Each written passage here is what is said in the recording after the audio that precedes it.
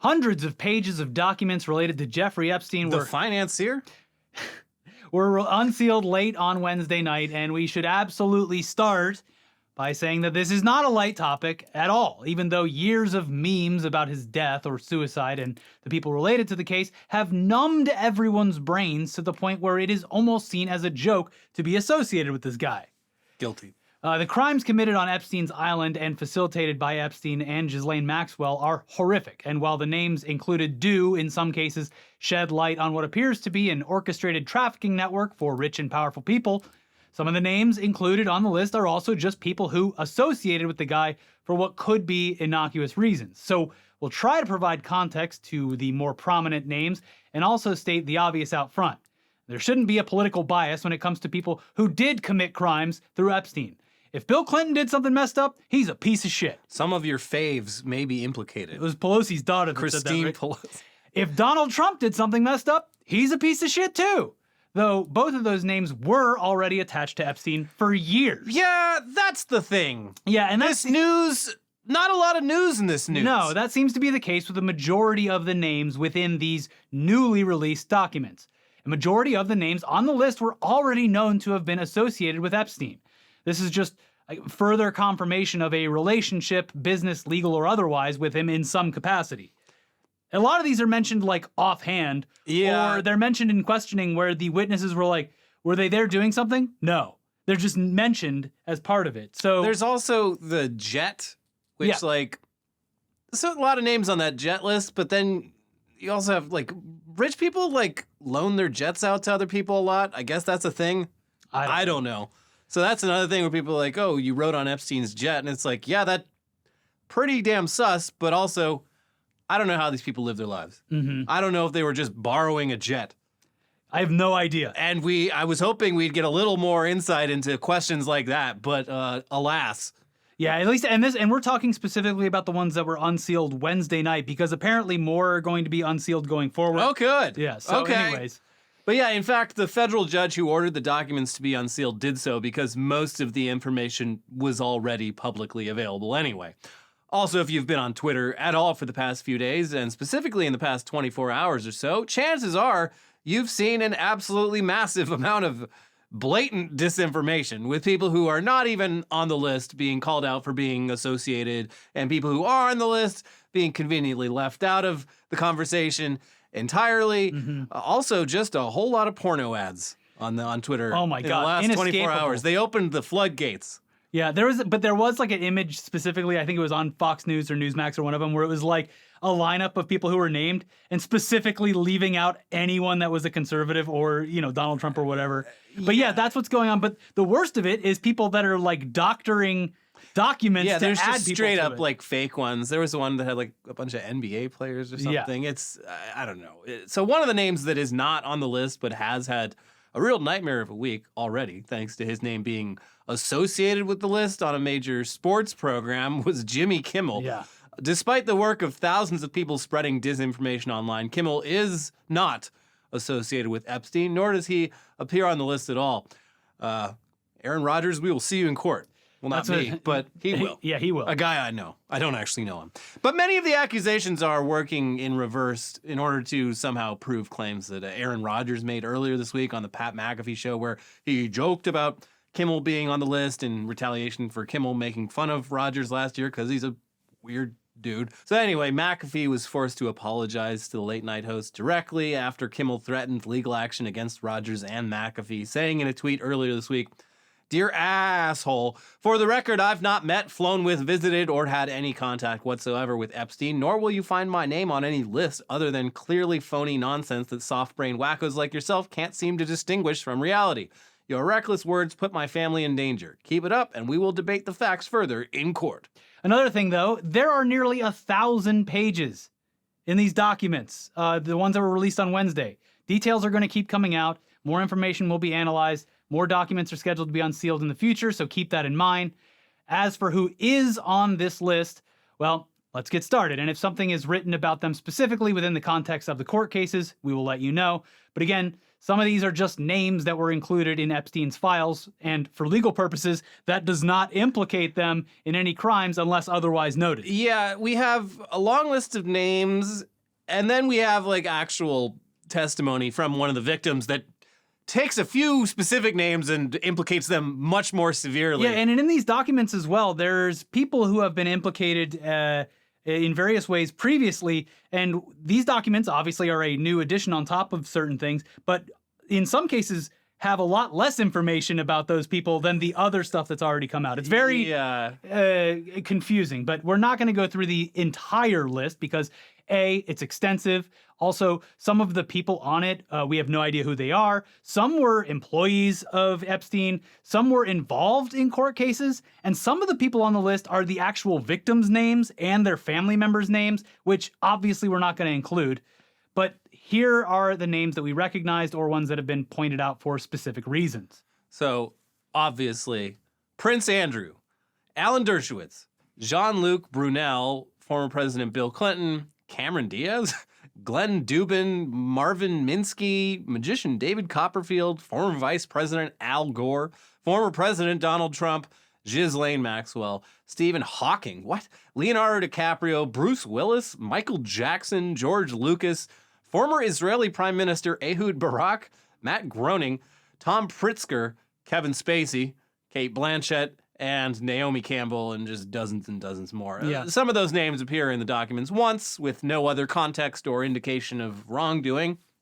Some, like former Trump lawyer Alan Dershowitz, appear well over 100 times with statements from victims that directly accuse him of wrongdoing. Mm-hmm. So let's just go through some of these and see what, if any, new information there is from these documents. Not to beat a dead horse or anything, but what we're about to indicate is what is now publicly available in the documents. So this next part, we will not speculate outside of what's included because this is all very high-profile legal shit. Yeah.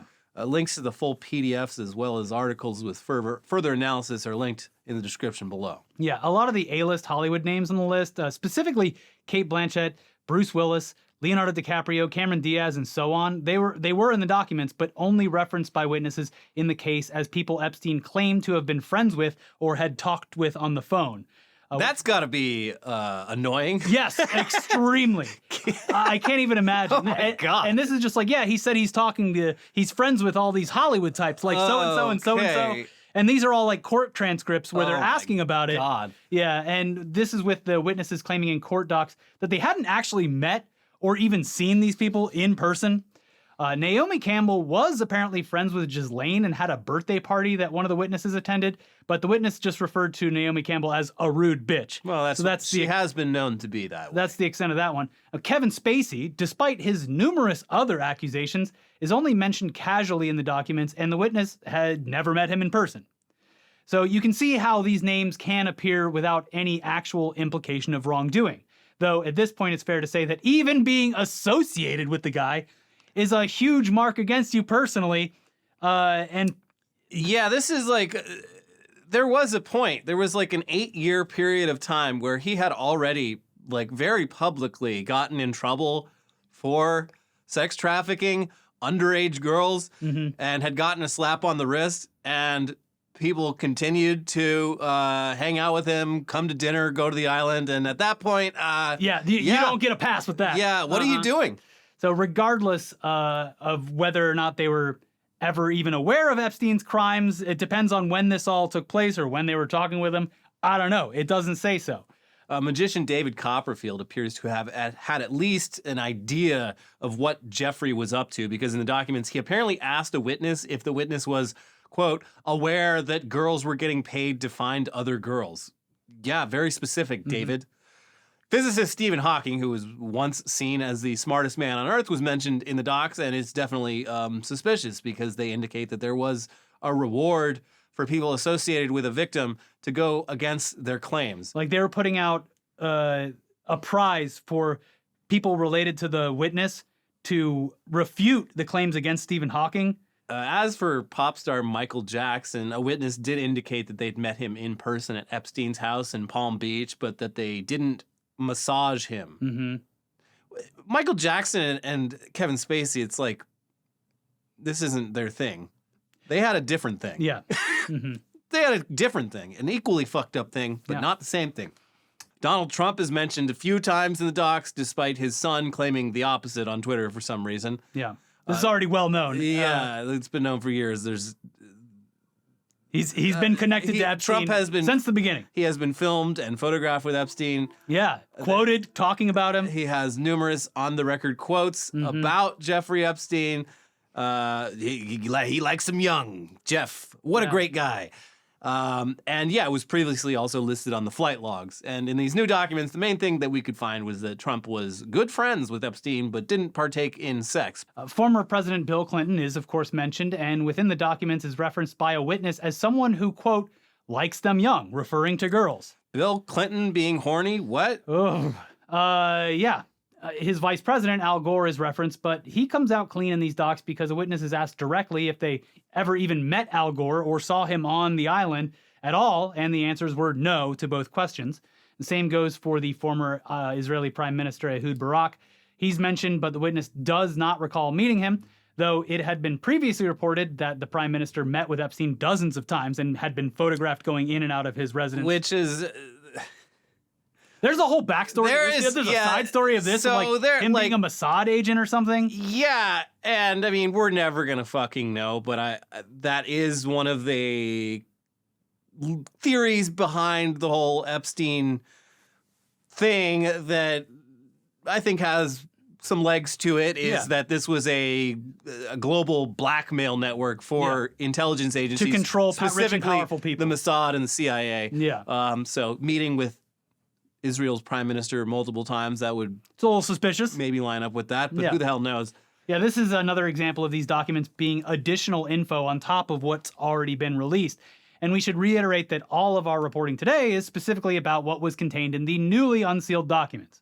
Jean-Luc Brunel, who ran a modeling agency financed by Epstein, very suspicious, was obviously mentioned in these documents, which indicated that one of the victims was trafficked to him multiple times and stated that Brunel was a close friend and regular travel companion of Epstein. Yeah, I'd say when you're a man and your job is running a modeling agency... financed by Jeffrey Epstein. Yeah, I think they got you. Yeah, also not surprising at all, Prince Andrew of the British royal family. Obviously, everyone already knows this. This is public knowledge by now. There's fucking multiple photographs of him with the victim. That couldn't be me. I don't know how to sweat. Yeah, that was his excuse. I lost the ability to sweat when I was fighting in the Falkland War. Don't worry, I got it back, though. I can sweat now. I'm totally innocent, and please ignore the fact that I've been completely shunned by the royal family and been stripped of all my honors. But these documents, they mention that one of the victims had sexual relations with Prince Andrew multiple times in different locations. Yeah, that one, I'd say, I'm going to call that one, that happened. Mm-hmm. We got you, Andrew. But then there's lawyer Alan Dershowitz, who has legally represented people such as Donald Trump, O.J. Simpson, Harvey Weinstein, and Epstein himself. He's a little bit before our time, but he was at one point a very prominent lawyer. He was considered one of our nation's greatest legal minds. That's why the OJ legal team went after him to get him onto the team. Yeah, he's a Harvard professor. Like many people in Trump's orbit, he's a guy whose reputation at one point was stellar and now could just not be even worse. Almost than it is. Exactly the same as Rudy Giuliani. Yeah. Anyway, Dershowitz had also been previously implicated in crimes associated with Epstein, and these documents reiterate the claims that have already been brought up in court, which indicate, and we're quoting the documents here, Epstein required Jane Doe 3 to have sexual relations with Dershowitz on numerous occasions while she was a minor. And Dershowitz, not no spring chicken himself. No.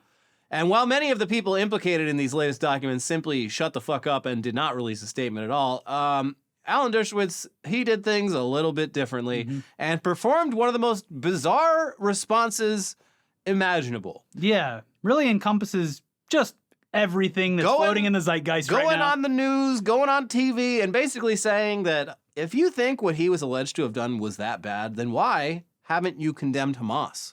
Well, why haven't you? This happened. Here's the clip. They are quiet. They are silent. The incredible hypocrisy of the Me Too movement. Me Too, except if you're a Jew.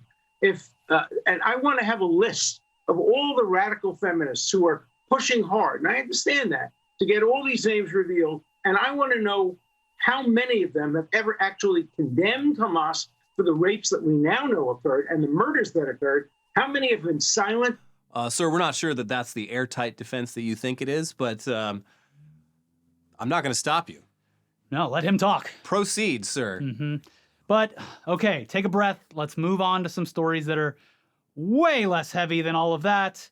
And again, there's not a lot new here, but the way that the internet has kind of like jumped on all this new stuff, despite it not being anything new, is like there's things that at the very least should be clarified, especially all of the disinformation that's out there and the documents that are clearly edited. This is always going to be the source of like disinformation, conspiracy theories. It will always be the case, and I think a lot of that comes from the fact that there is ample evidence that the U.S. government is in possession of that will never see the light of day. Because, well, he died. We were going to prosecute him, but then he died. Oops. So no reason to dig any deeper into any of that. Yeah, but yes, it was a very depressing way to start out the first newsdom of the year. I agree, but it was a huge story. And there's a few more political stories that we'll get to in order to cleanse your eyes and ears from the last story. But let's talk about this first. The fact that director Christopher Nolan got called out live on Peloton while he was participating in a class by an instructor who obviously had no idea that the famous director was watching and participating in the class when she stated that his movie sucked and she wishes that she could get those hours of her life back. Why is this instructor bringing up Killers of, I'm assuming it's Killers of the, or no, first of all, that's Scorsese. Oppenheimer, and sorry. no, it's not Oppenheimer either. Oh, Tenet? Yes.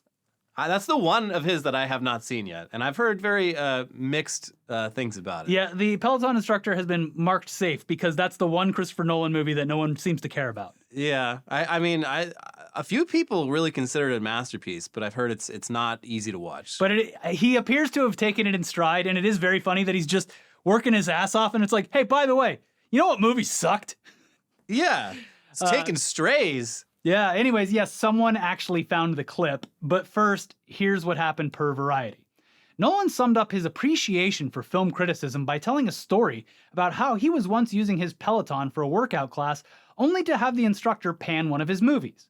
The Oscar nominee did not disclose which film it was, but clearly the Peloton instructor had no idea Nolan was in his virtual class that day. Quote, I was on my Peloton, I'm dying, and the instructor started talking about one of my films and said, did anyone see this? That's a couple hours of my life I'll never get back again. Nolan said, when film critic Rex Reed takes a shit on your film, he doesn't ask you to work out. In today's world where opinions are everywhere, there is a sort of idea that film criticism is being democratized, but I for one think the critical appreciation of films shouldn't be an instinct, but it should be a profession. Okay. And like we said, people online quickly found the clip and posted it, and the instructor was specifically talking about Tenet. We'll play the clip now, if we can. Otherwise, we'll just quote the instructor. Here you go. This song is from the soundtrack of a movie called Tenet. Anybody see this shit? Did anybody see this besides me? Because I need a manual. Someone's got to explain this. Yeah, I'm not kidding. What the fuck was going on in that movie? Do you understand? Seriously, you need to be a neuroscientist to understand. And that's 2.5 hours of my life that I want back. I want it back. Can they swear in Peloton classes? Oh, yeah, of course. What? Yeah, you can pick ones. I don't know if I like that. I used to do it a while ago because my building had like a Peloton that people could use. And so I was doing it. Yeah, they cuss all the time. Some of them are really fun. You can do like family-friendly ones. Yeah. But yeah, they can kind of do whatever they want. Interesting. And that's the thing. You're doing like an hour of working out and bike riding. They start shooting the shit. It's fine. Chris Nolan, he is endearing himself to people a lot. He's hosting a screening of The Curse. Yeah, I saw that, yeah. Because I guess when Benny Safdie, who was in Oppenheimer, wanted to make The Curse, Nolan was like very supportive. And do you hear the other thing about like he told him like for the aging process, his director's his trick is to eat a bunch of cheese to make your voice sound more gravelly. Sure, I don't know how that works, but well, he would know. Yeah, he's the auteur. I trust him. But let's move on to insane shit that you find on TikTok. Oh, good. Our next story is about a TikTok creator who decided to dig a massive tunnel. This fucking bitch. Underneath their house while apparently learning how to do it on the fly. Yeah. And doing so without any inspections or permits, obviously.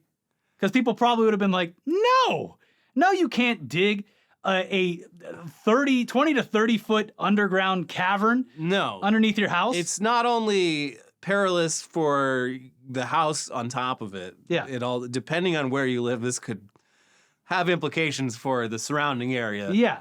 I mean, we got to give it to them. It does look pretty cool. It's very clear that they worked very hard on this gigantic hole in the ground and tunnel system. Digging holes, obviously very fun. Yeah. Who doesn't love digging a hole? This is taking it too far. Yeah. This is building a mine shaft. I can't say I wouldn't do this myself. I would probably think better before actually committing to do it, but it sounds like a fun activity if there weren't any actual inherent danger in it. But it could collapse on you. It could collapse your house. It could collapse other people's houses. There's just certain things you shouldn't DIY. There are tradesmen in this country and around the world who study these things for a living. It's dangerous to dig just a deep hole in your backyard because the walls could cave in. Yeah. This, though, goes above and beyond. There's like support beams and cinder blocks and all kinds of stuff. I don't know how safe that still is, but it looked impressive. Was she playing the rap song from the movie Holes while she was digging the hole? Digging up holes, dig them up. I'm sure there was lots of music to be listening to in the year that this took, apparently. But yeah, it seemed as though they were trying to do it in a way that was sort of safe, I guess. But that's not how any of this works. And the biggest concern was that this was essentially creating a giant sinkhole that could have damaged all of the other properties around them and potentially hurt or killed someone, including themselves. Yeah. It seems like the what was the movie? Barbarian? She's like, do you see how much square footage I've added to this house? Yeah. It's incredible. Can you count square footage of a basement? Maybe they saw Barbarian and it was like, now here's an idea. Anyway, also, this almost certainly would have gone completely unnoticed if the person didn't post all their progress directly to TikTok, where they garnered millions of views from people who were absolutely fascinated by the process. So they literally ratted themselves out, and after about a year of videos documenting their progress on the tunnel system and bunker, the city is trying to gain access so they can inspect it and almost certainly shut it down. We want to get in and get a little look at it, a little look-see. Apparently, one of the TikToks included a local hauling company's truck with the name and the phone number. Yeah. So viewers were able to finally figure out where this death trap was located. Yeah, the news interview drop a dime. Neighbors too. We get to that. But yeah, sounds like they're at least open to the idea of letting it remain as long as it's up to code. Which it probably won't be. Could you imagine though if they went there and they were like, we've never seen anything like it. It's beautiful. It passes all of the tests. I mean, I do forget sometimes there are parts of this country where you can kind of just do whatever the fuck you want. If you did this in California, you would be executed. Yes, it would shoot you on sight. Yes. And if you did this in Florida, you'd get 3 feet down and be consumed by water. So there's only a couple places where this can happen. And the fact that they're like, we just want to have a look is kind of cool. There's no fucking way this is up to code, though, because, like, one of the fucking videos she posted early on was, like, building a concrete shell for the shaft and fucking it up and having to, like, tear it down and rebuild it. Look, you're going to make a few mistakes, and to her credit, she did tear it down and rebuild it. I guess. Anyway, here's local outlet Fox 5 DC with more on this. A Virginia woman is gaining notoriety online after documenting a home project of digging a tunnel underneath her suburban home. The woman does not disclose her full name online, aside from what appears to be her first name, Kala, and has amassed more than 500,000 followers on TikTok. One of the most watched videos on her TikTok account, @EngineerEverything, was uploaded in August 2023 and had 7.6 million views at last check. And the funniest fucking thing about that TikTok handle is like, and I fell for this too, I was like, oh, well, she must be an engineer then. No, apparently not. Again, better work than I would do with just some learning online. But yeah, the video recapped her construction work over a year. In the video, she said she used hundreds of concrete blocks for the 30-foot entrance, and the main chamber is 22 feet below ground, according to the woman. Her videos are filled with comments from people who question how safe the process is, along with legality questions. In response to the tunnel digging, Fox 5 received an email from the town of Herndon, and a spokesperson said the town received notice of activity of potential violation of the Uniform Statewide Building Code that was occurring at a residential property within the town's corporate limits. Quote, as is standard protocol following such notifications, representatives from the building's officials and zoning administrator's office conducted a site inspection on Thursday, December 7th, 2023. The town is working with the property owner to correct any violations and ensure that the property is safe and in compliance with the code, an email to Fox 5 read. You just give us a little peek.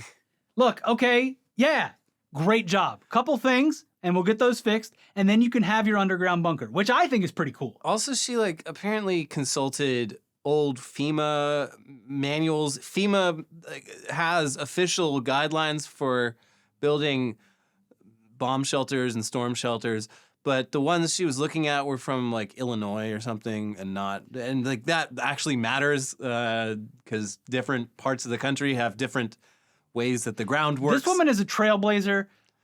This is the perfect way to solve the housing crisis. You give everyone a tiny home on top, and you let them go nuts underground. We're all mole people.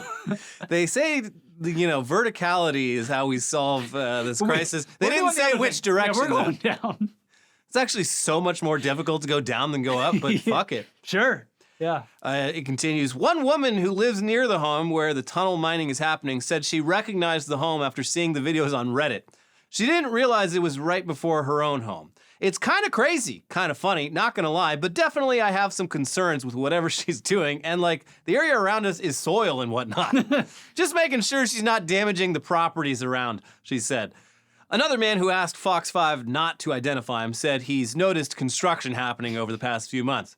If I remember correctly, maybe last summer, I just started hearing not rock blasts, but just loud noises, and some dude was digging dirt out, he said. Fox 5 also reached out to the woman who declined to comment further before her permit process is complete. Smart. I would never out myself as a Redditor on the news. But this person did. And first off, the narwhal bacon's at midnight. Second of all, wow, I saw my house on Reddit. And yeah, it very smart. Look, the woman who dug the tunnel, very smart. Look, I'm not talking to the news. You guys are going to try to get me to say something stupid and ruin the permit process. You're going to try to get me to implicate myself, unlike the just hours of TikTok footage I have posted already. But yeah, okay, we do have more news for you in just a second. But first, let's take a moment to thank today's sponsor, HelloFresh. With HelloFresh, you get farm-fresh, pre-portioned ingredients and seasonal recipes delivered right to your doorstep. Skip trips to the grocery store and count on HelloFresh to make home cooking easy, fun, and affordable. That's why it's America's #1 meal kit. Whether your resolution is to save money, eat better, or stress less, HelloFresh is here to help you do all three. Say hello to your most delicious year yet with fresh ingredients and chef-crafted recipes at a price you'll like, delivered right to your door. Make saving time your breeziest resolution with quick, convenient recipes delivered right to you. Just choose your meals and select your delivery date. HelloFresh handles the meal planning and shopping, so all you have to do is open your weekly box of pre-portioned ingredients and step-by-step recipes to get cooking. Each HelloFresh box is packed with farm-fresh ingredients, and everything arrives pre-portioned right to your doorstep for less hassle and less wasted food. This time of year, everyone's looking to revamp their eating habits. Look to HelloFresh's wholesome, health-forward options like over 30 calorie-smart and protein-smart recipes each week. And HelloFresh also owns Green Chef, another one of our sponsors. So with a wider array of meal plans to choose from, there's something for everyone. We love cooking with HelloFresh because the food always seems to taste better when you've prepared it yourself. And a few recipes we love that are coming up include their banh mi-style meatball bowls, their one-pan black bean and pepper quesadillas, and the smoky garlic and herb shrimp. So go to HelloFresh.com/newsdumpfree and use code newsdumpfree for free breakfast for life. What? One breakfast item per box while subscription is active. That is free breakfast for life at HelloFresh.com/newsdumpfree with code newsdumpfree. HelloFresh, America's #1 meal kit. All right, back into the news now, and unfortunately, we've got to talk about Trump for a little bit. No. So we're getting it out of the way first, but the funniest possible thing happened on Fox News the other day, and we simply have to show it to you. I mean, they're always doing weird, nonsensical shit over there at Fox News, and this week was no different, because Jesse Waters invited a psychic or tarot card reader onto his show to do a reading for Donald Trump. And the moment, it was absolutely perfect. No notes. Just watch. Paula, for you to give me a reading on President Trump. Just the one card. One card. One card. Let's do just one card. We like that one. What is that? I mean, I do recognize that I'm at Fox TV. I am a sense of loss. A sense of loss. But it's very specific. No, let me. Yeah. Can we even describe what just happened without getting the Secret Service showing up at our door? What are the rules here? He asked her to do a tarot reading of Trump. She pulled out a stack of tarot cards and just randomly, and I assure you this wasn't planned because Fox News would not want this to happen, pulled out the Grim Reaper card and explained that it means a specific sense of loss. The name of the card is literally death. The card is death. Okay. I don't know enough about tarot cards. In tarot, it's not the Grim, it's death. Okay. Well, she seems to indicate it means a sense of loss, which is still very funny. She tries to salvage the moment by over-explaining it in a way that doesn't seem so bad because that's what these readers do. Yeah, it probably just means like the death of something, something you're getting over, blah, blah, blah. Yeah, the death of liberalism. Sure. Hey. But it's just so perfect that it played out this way. Just unintentionally brilliant television. Yeah. Yeah. This is what our elders in this country watch to learn about how the world is going. So they're terrified. They are terrified right now. They are filling their depends. This was the last thing they wanted to have happen. Yeah. Mm-hmm. But speaking of Jesse Waters, and we'll get back to Trump in a second, but Jesse Waters recently alluded to the fact that Texas Republican Representative Dan Crenshaw might have been doing a little bit of insider trading, which caused Crenshaw to immediately load up Instagram and start bashing the Fox News host with some pretty explicit language, which then apparently caused Fox News to cancel pre-scheduled appearances with the congressman. It was a whole mess. Yeah. Basically, Waters did a segment about politicians trading stocks and pointed out that Dan Crenshaw had beat the market by 13 points. Not happy with the implication of this, Crenshaw started posting the following to Instagram stories. Hey, you fucking hack. If you're going to accuse me of literal corruption, get your facts straight and man up and come accuse me to my face. You're a fucking clown, desperate for clickbait. I literally have $10,000 invested in stocks and haven't made trades in over a year. I have never had more than $20,000 invested while in Congress. Fox knows this, but they're so desperate for fake controversy to get clicks. Waters is a tool, making millions to push conspiracies on TV and bash veterans like me who are barely a fraction of his net worth. Wake up, America. The political entertainment industry is almost always lying to you. And okay, let them fight. I don't fucking care. This is odd that he's only pissed now that he was the target of one of their segments, especially considering he was literally scheduled to appear on their network just hours later. But go off, and he did continue to go off, adding, "Losers like Waters grew up with a silver spoon. His family is made up of well-connected journalists and politicians. And for some reason, people are fooled into believing he's some genuine blue-collar conservative. Yeah, he's such a conservative, he cheated on his wife and then left her with twins while he went off with another Fox producer. And let's be honest, Jesse Waters seems like the type of dude who pees sitting down." Uh-oh, they're fighting again. The girls are fighting. Yeah. Please stop. Stop fighting, everyone. It would be a real shame if you kept fighting. Honestly, I think he's protesting a bit much. Yeah, it seems like he's overreacting quite a bit. Maybe we should look into the stock trading of Dan Crenshaw. Yeah, I wasn't interested before, but now I think it's worth a look. Also, none of these people should be allowed to trade stocks at all. No. What was it? I think Marjorie Taylor Greene got called out in some way, but then was like, "I don't trade stocks. My son does." Okay. All right. Yeah.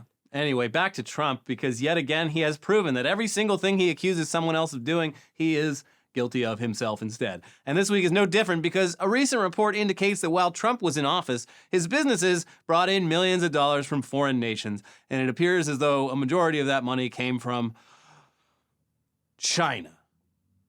Yeah. Here's CNBC with more on that. Former President Donald Trump received at least $7.8 million in payments from foreign governments during 2 of his 4 years in the White House, according to a report released Thursday by Democrats on the House Oversight Committee. 20 foreign governments made the payments to Trump's businesses during the 2-year period that the committee was able to review.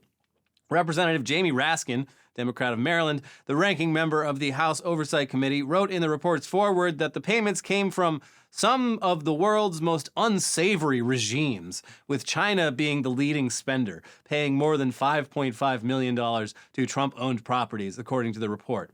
Some of the other countries that made payments to Trump were Saudi Arabia, of course, Qatar, of course, Kuwait, of course, India, and Afghanistan, the report said.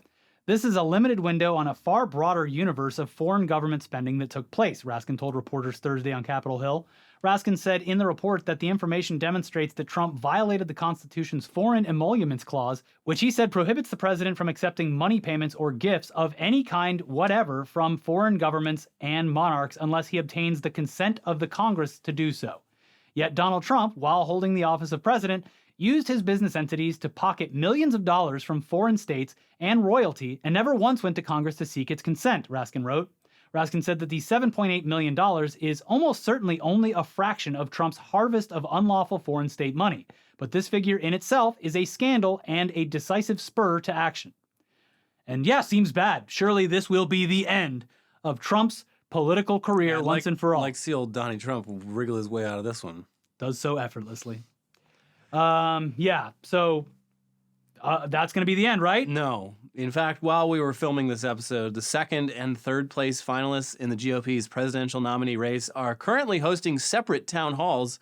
And there's probably going to be plenty of clips to come out of it. We don't have any yet, so you're on your own with that. One of the people that's still in the race, though, is Nikki Haley. And this is probably the least consequential thing about her bid for the presidency, but it's weird enough to mention, so here you go. She changed her husband's name. Yeah.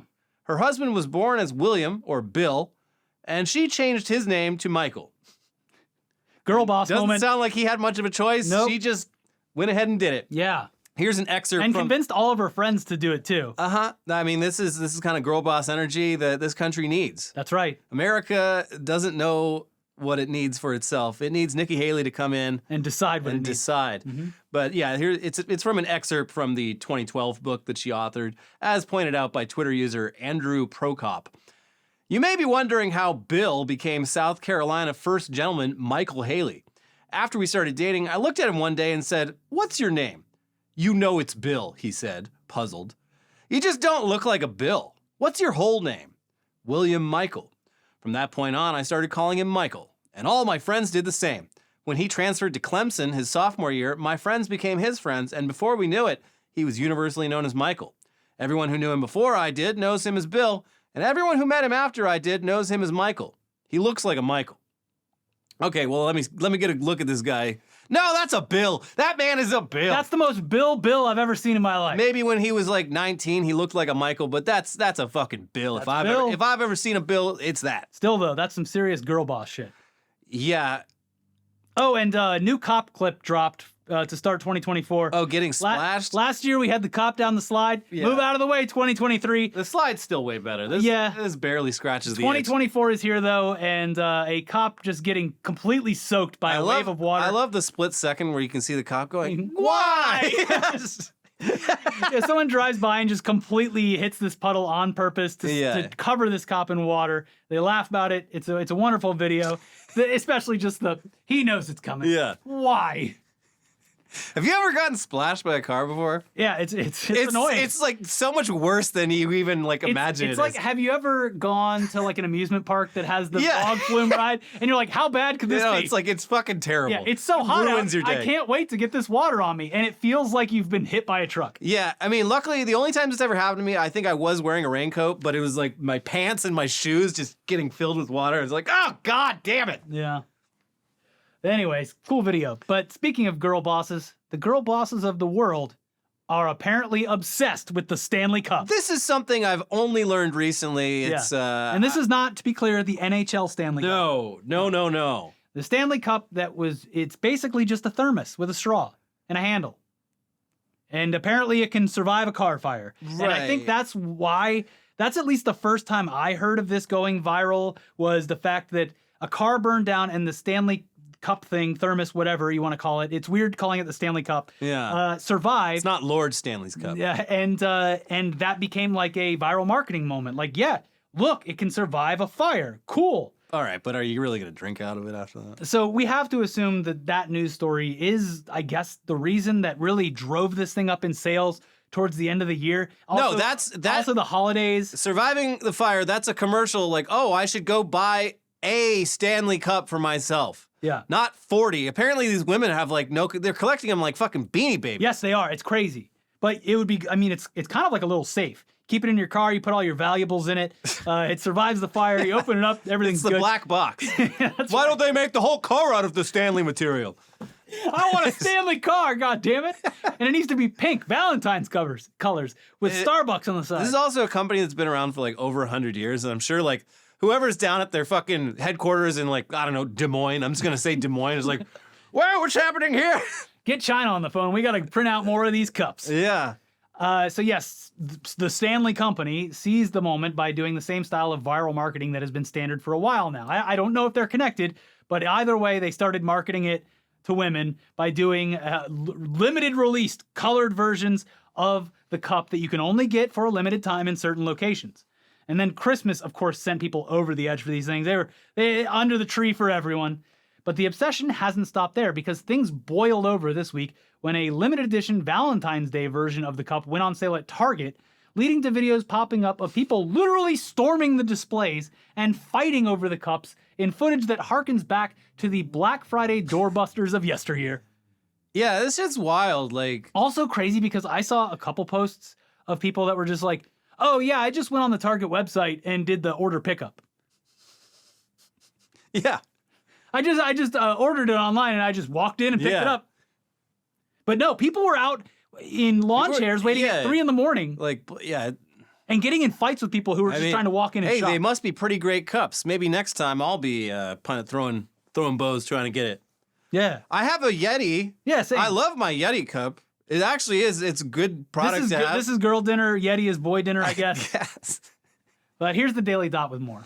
A limited edition Valentine's Day Stanley Cup just launched at Starbucks, and it's already causing chaos and selling out nationwide. This latest Valentine's Day drop, which included limited red and pink cups sold exclusively at Target and a pink cup sold in partnership with Starbucks, caused so much verbal fighting outside a South Carolina Target Starbucks combo location that a manager had to come out to settle the dispute. In the viral TikTok, there's a line of people congregated outside of the store location, waiting for the doors to open at 8 a.m. But one man tried to ignore the order that had been established and made his way to the front. The group at the front of the line said they'd been standing there since 3 a.m. and were not about to let someone cut them. In one video, TikToker Victoria Robino says the Valentine's Day cups were sold out at her local Target in just 4 minutes. Her video received over 16.3 million views and 848,000 likes as of publication. America's crazy for cups. And the economy is back, baby. Well, in her video, viewers see about 20 people rushing around the Stanley display in order to get their special cups. There's a sign on the display that clearly states Stanley quantity limit 2 per guest. Despite the sign, multiple customers in the videos can be seen grabbing handfuls of Stanley cups. A worker even repeats the rule since some do not seem to follow it. Guys, our limit's 2 per guest, a voice off screen says before the video ends. TikToker Yasmin Hernandez filmed a herd of customers rushing toward a display in Target. Getting trampled for a Target Stanley Valentine's Cup, Hernandez wrote in the text overlay of her video, which was viewed nearly 1 million times and utilizes the popular song Just a Girl by No Doubt. So yeah, I mean, it is wild that of all things, an insulated cup has become an accessory that's basically a status symbol.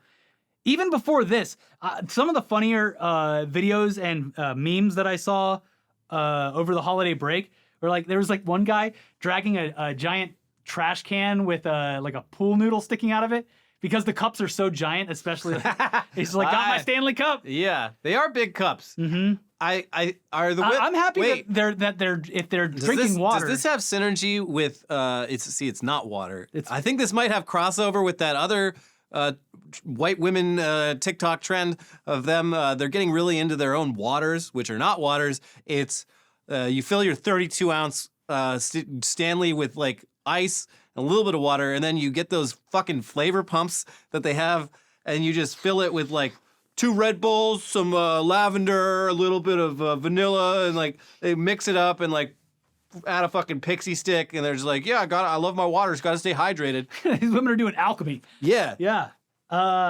They got so tired of having to go to Starbucks every time they wanted just an insane drink and to have their slave at Starbucks make it for them. Now they're doing it at home. There was another one over the Christmas break where like someone was like, my friend invented the Oreo something or other at Starbucks, and it's like that has 5,000 calories in it. Yeah. It's weird. Also, That's like a milkshake. Starbucks came out recently and was like, yeah, you can bring your own cups through the indoor and the drive-through now, and we'll fill your cup for you. 7-Eleven made this mistake a long time ago. But they have a limit on the size of the cup, which I think excludes the Stanley tumbler or whatever. 7-Eleven had like a free Slurpee day like years ago. Bring in the giant Ultra Gulp. People showed up with just straight up like buckets. The Home Depot bucket. Yeah. Yeah. I mean, Michael Bloomberg was right. This country has a problem. We can't control ourselves. Too much sugar water. Yeah, it's crazy. Anyways, yeah, it is wild that this has become like a status symbol. And to be fair, dudes are like this with stuff too. We have the Yeti stuff, but I am not sure that I recall a bunch of people storming an REI for Yeti gear in the middle of like waiting all night for that. Yeah, no, you just go on the internet and you order it. Yeah. I don't care about the color. I will say though, I bet in certain parts of the country, if Yeti did like a limited like real tree camo or something, Yeah. that people would line up for. Yeah, camo and like something saying like the owner of this cup is a real American, unlike those coastal elite libs. Yeah. Sure. Black Yeti X Black Rifle Coffee. The limited edition Punisher Yeti cup. Yeah. Yeah. Sells out in seconds. Thin blue line Yeti cup. And you don't want to fight anyone in those lines. No, they all got guns. And they'll shoot people. Anyway, Anyways. finally today, folks, you know them, you love them. They're the funniest sites and social media accounts online. The Hard Times and the Hard Drive, the satire news sites that have some of the best and funniest writing that we've seen in the past 10 years. Honestly, Even eclipsing the Onion in a lot of cases. yes, I would say so. Yeah. They have unfortunately had to start asking for support to keep the operation going and keep their employees paid after buying back the Hard Times from a company that acquired them a few years ago. So now they're going back to being fully independent, and they could really use everyone's help to keep things running smoothly. We will link to their Patreon and full statement below, but here's the gist of it from their post. When we started Hard Times and Hard Drive almost 10 years ago, things were a bit easier for us. Facebook and others allowed our comedy to spread organically. Now, whenever we mention a political name or term, we see the reach of that post plummet. If we reference sex or anything risque, we sometimes see our reach punished for a month or more. When we use swear words in an article, advertisers put us on a blacklist. When we put a link on a merch post, algorithms decide it's better readers don't see that post and just stay on social media.